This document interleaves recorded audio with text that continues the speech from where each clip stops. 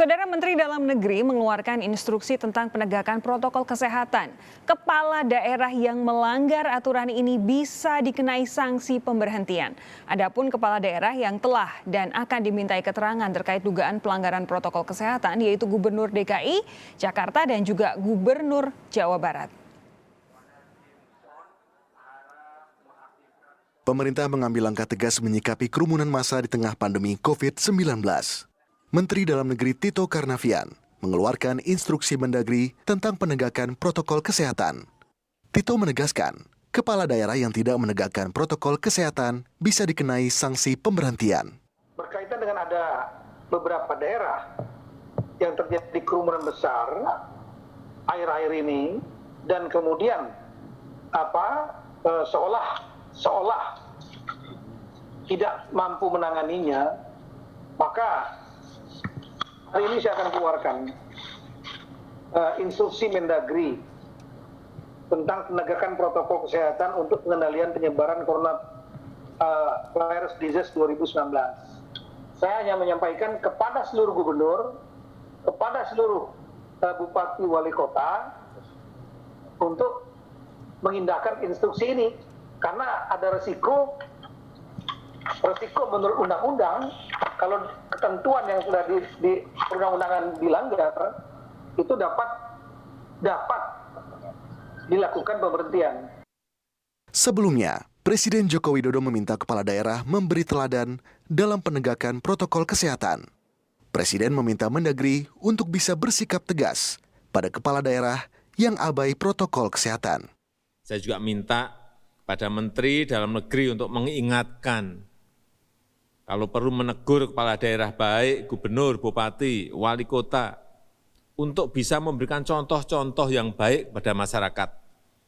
Jangan malah ikut berkerumun. Sementara itu, Wakil Ketua DPR Sufmi Dasko mengapresiasi kebijakan pemerintah terkait penegakan aturan protokol kesehatan bagi kepala daerah, berikut sanksi yang menyertainya. Menurut Dasko, instruksi protokol kesehatan yang dikeluarkan Mendagri bertujuan baik demi mencegah penyebaran COVID-19. Ya, menurut saya apapun itu peraturan Mendagri yang dikeluarkan sepanjang memang peraturan untuk bagaimana mencegah dan mengurangi pandemi COVID-19 ya patut kita apresiasi.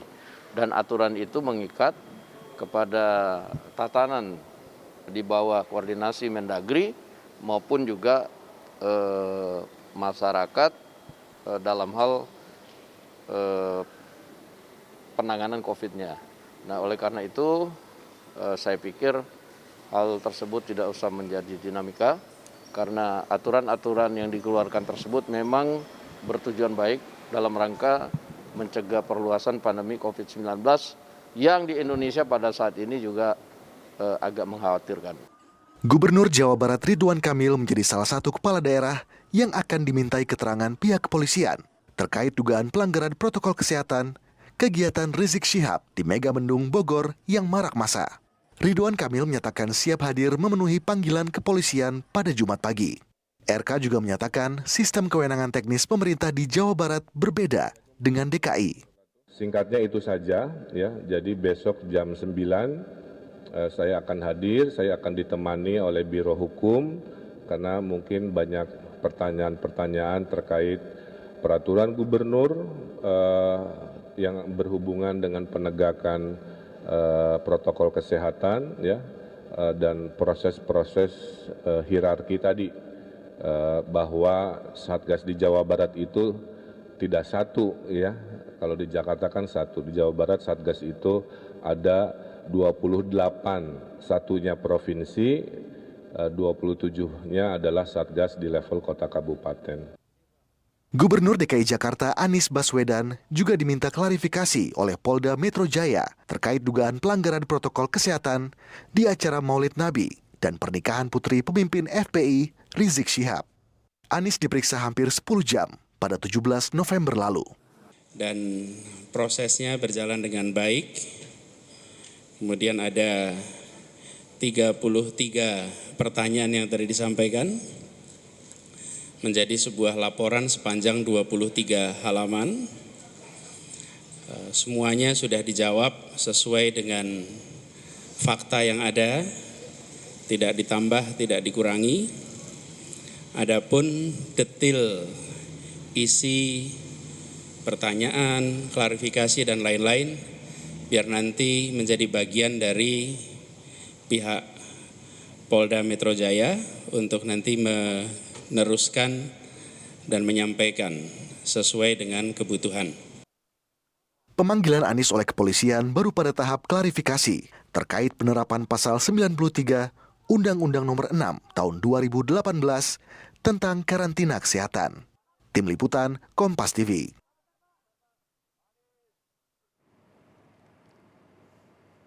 Menteri Dalam Negeri Tito Karnavian mengeluarkan instruksi bagi para kepala daerah untuk menaati perundang-undangan termasuk undang-undang yang mengatur protokol kesehatan di masa pandemi. Instruksi ini dibuat sebagai buntut sejumlah kerumunan yang terjadi belakangan ini. Tito menekankan jika kepala daerah abai terhadap protokol kesehatan, sanksi terberat yang akan dijatuhkan, yakni pencopotan jabatan.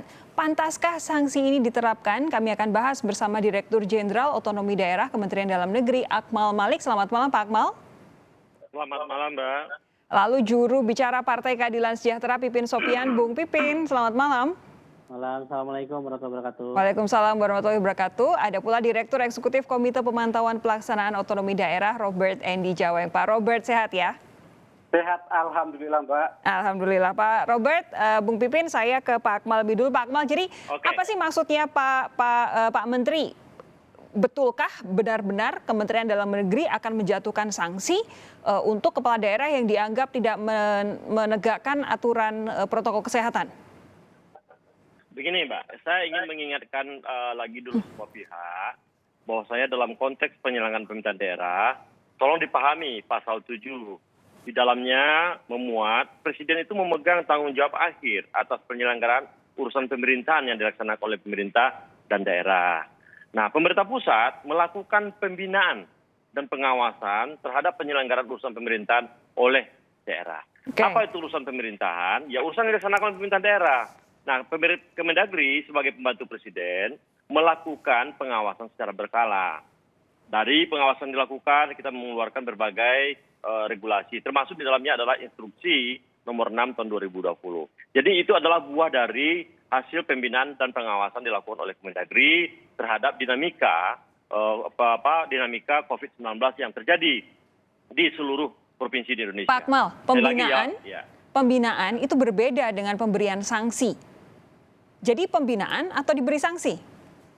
Begini, di dalam Inmendagri nomor 20 itu kan dikatakan banyak hal. Coba bisa Mbak lihat, beberapa hal dilakukan adalah mengingatkan kepada seluruh gubernur, bupati dan wali kota untuk menegakkan secara konsisten protokol kesehatan, melakukan langkah-langkah proaktif untuk mencegah penularan COVID-19. Kemudian kepala daerah sebagai pemimpin tertinggi di daerah masing-masing untuk menjadi teladan bagi masyarakat. Dan bahwasanya kita mengatakan kepala daerah itu adalah pejabat yang disumpah dan berjanji untuk melaksanakan seluruh perundang-undangan seluruh-seluruhnya. Itu diucapkan di dalam ketentuan pasal 61 Undang 23. Pak Akmal, diplomatis sekali, pertanyaan saya belum terjawab. Jadi sebenarnya Pak Tito itu mau memberi pembinaan atau memberi sanksi? Karena Pak Tito sendiri ada sempat wanti-wanti dijatuhkan sanksi yang terberat, yaitu pencopotan jabatan. Masa bisa sih? Ini adalah langkah untuk mengingatkan semua pihak bahwasanya ada tanggung jawab dan kewajiban yang sudah dilakukan. Oke, jadi bukan pemberian sanksi ya, hanya pembinaan ya? Kewajiban tentu nanti ada konsekuensinya, termasuk dalamnya adalah sanksi. Dan sanksi itu tentu bertahap, Mbak, dilakukan. Nah, kami ingin mengatakan ini adalah bagian dari ikhtiar dari Kemendagri sebagai pembantu Presiden untuk mengingatkan semua pihak bahwasanya ada kewajiban yang sudah dilakukan. Anda tadi bilang sanksi bertahap, itu sanksinya apa aja, Pak, yang bertahap itu, Pak?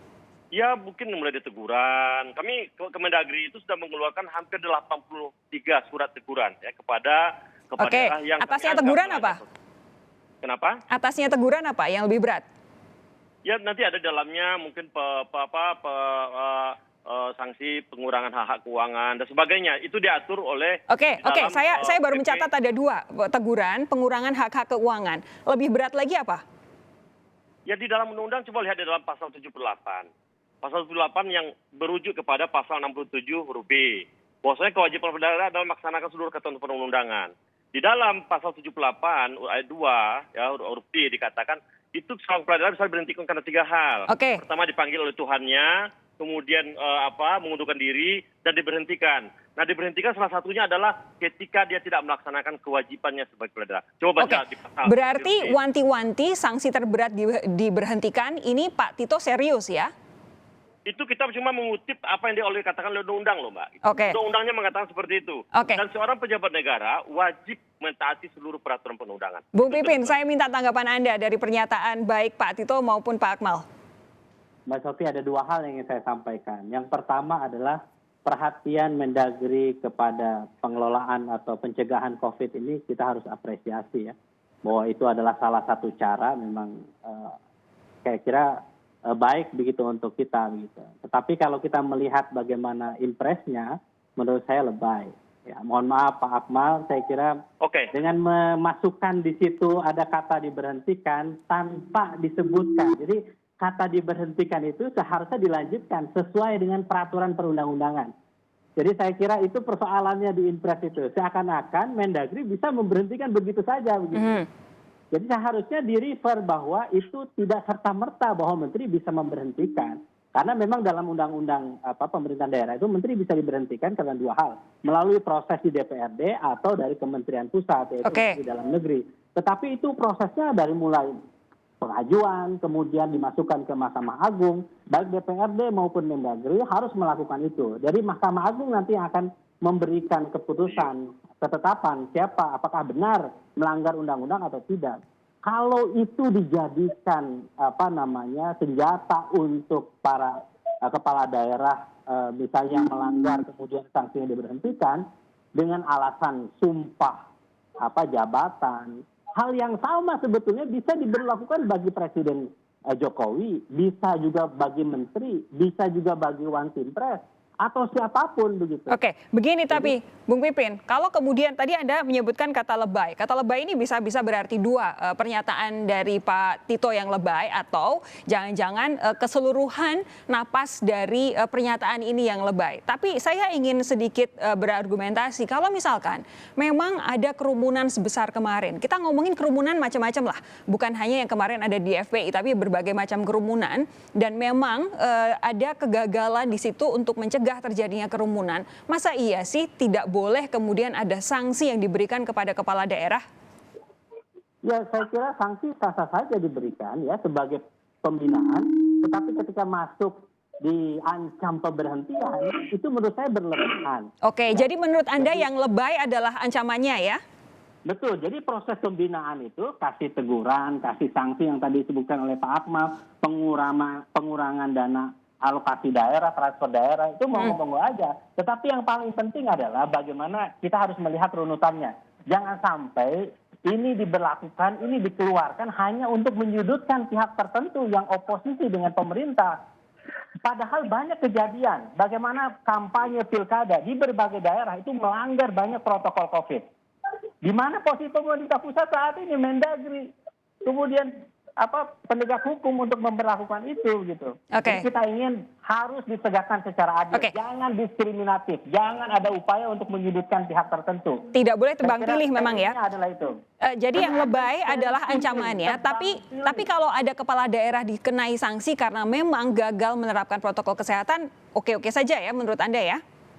Ya, saya kira yang paling penting adalah keadilan ya.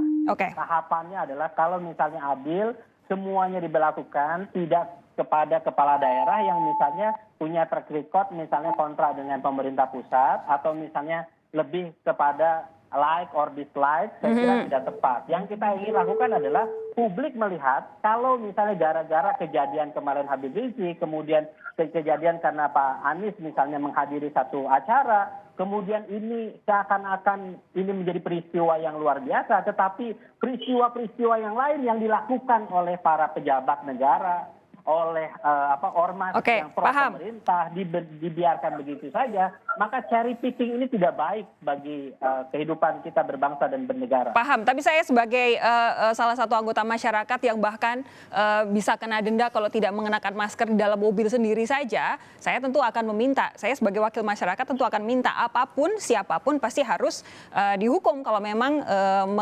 menyebabkan kerumunan di masa pandemi. Pak Robert, kalau tadi dari pernyataan-pernyataan baik dari Kemendagri maupun dari Mendagri sendiri, menurut Anda pas atau tidak, bisa tidak seorang Menteri Dalam Negeri mengeluarkan wanti-wanti sedemikian? Ya, Mbak Sofia, buat saya instruksi Menteri nomor 6 ini bukan sesuatu yang baru. Ini penegasan dan penguatan saja. Tidak ada norma baru yang diatur di sana, apalagi disebut lebay itu loh. Itu baca Undang-Undang 23 2014, 3 alasan pemberhentian itu. Pak Robert? Undang-Undang 23. Oke. Ya. Silakan. Tadi suara sempat hilang. Nah, ini bukan sesuatu yang baru ya, bukan norma baru juga, apalagi disebut lebay ya.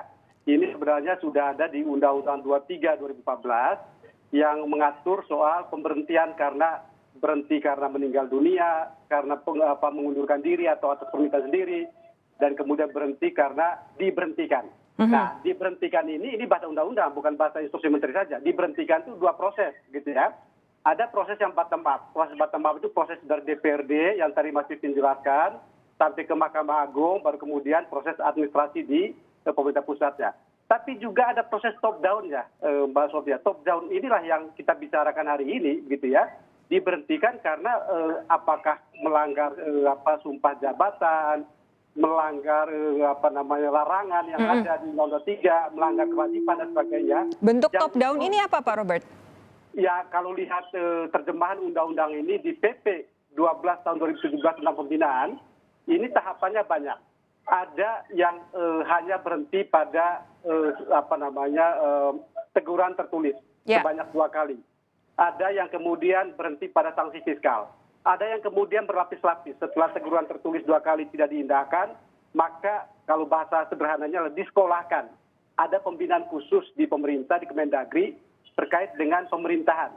Apa yang perlu dipahami tentang pemerintahan, mungkin beliau tidak paham gitu kan. Siapapun yang melanggar itu, gitu. Dan kemudian kalau setelah disekolahkan secara khusus lewat pembinaan tadi, selama 3 bulan, itu juga tidak ada perbaikan, maka untuk pelanggaran tertentu itu kemudian akan berujung pada proses-proses yang lebih kuat, di mana pemberhentian sementara dan sebagainya. Nah, bahasa pemberhentian ini bisa dimaknai dalam 2 konteks. Satu adalah ketika yang bersangkutan ikut pembinaan khusus di Kemendagri, kan itu panjang waktunya, Mas Surya. Dan selama waktu itu maka akan diisi oleh pejabat sementara, wakil kepala daerahnya menggantikan beliau untuk sementara, begitu.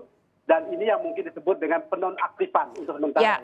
Tapi juga ada yang karena setelah pembinaan khusus, tidak juga ada perbaikan kinerja, tidak juga ada pemahaman tentang pemerintahan, maka naik level, yaitu adalah pemberhentian secara sementara dulu. Dan itu bukan baru sekarang ini, pernah ada kasus dengan bupati di Talaut di Sulawesi Utara. Jadi memang ada koridornya, satu penonaktifan kalau misalkan memang dibutuhkan si kepala daerah ini kemudian disekolahkan begitu, atau pemberhentian sementara. Jadi memang ada koridor hukumnya ya Pak Robert ya? Ada koridor hukumnya, ada tata caranya, dan kemudian memang tidak ujuk-ujuk pada ini kan wacananya jadi keras karena kita berujung pada soal pemberhentian. Padahal tahapan ke sana itu panjang gitu kan, panjang, dan kemudian ada proses verifikasi, validasi, dan bahkan kemudian dialog yang difasilitasi oleh Inspektorat Jenderal di Kemendagri. Jadi memang tahapannya panjang. Kalau kita berujung sampai pada pemberhentian, memang seolah-olah ceritanya sangat politis dan jadi kontroversial maksudnya ya. Baik, jadi sebenarnya ada berapa kepala daerah sih yang saat ini ada dalam pemantauan Kemendagri karena dianggap abai terhadap protokol kesehatan? Akan dijawab oleh Pak Akmal sesaat lagi. Anda tetap bersama kami, Sapa Indonesia Malam segera kembali.